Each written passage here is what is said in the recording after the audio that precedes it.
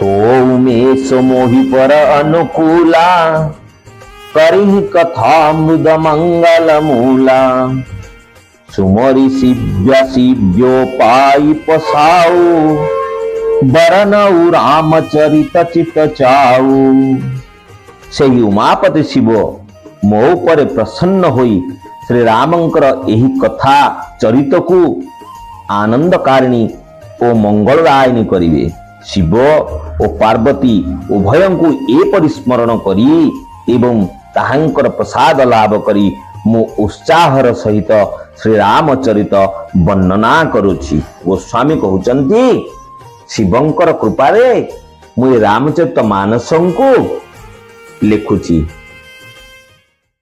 भनिति मोरि शिव्य कृपा विभाति शशि समाज मिली मनहु सुराती जे एहि कथा ही स्नेह समेता करि हाहि सुनि हाहि समझि सचेता ओई हाहि राम चरण अनुरागी कलिमल चरित सुमंगल भागी।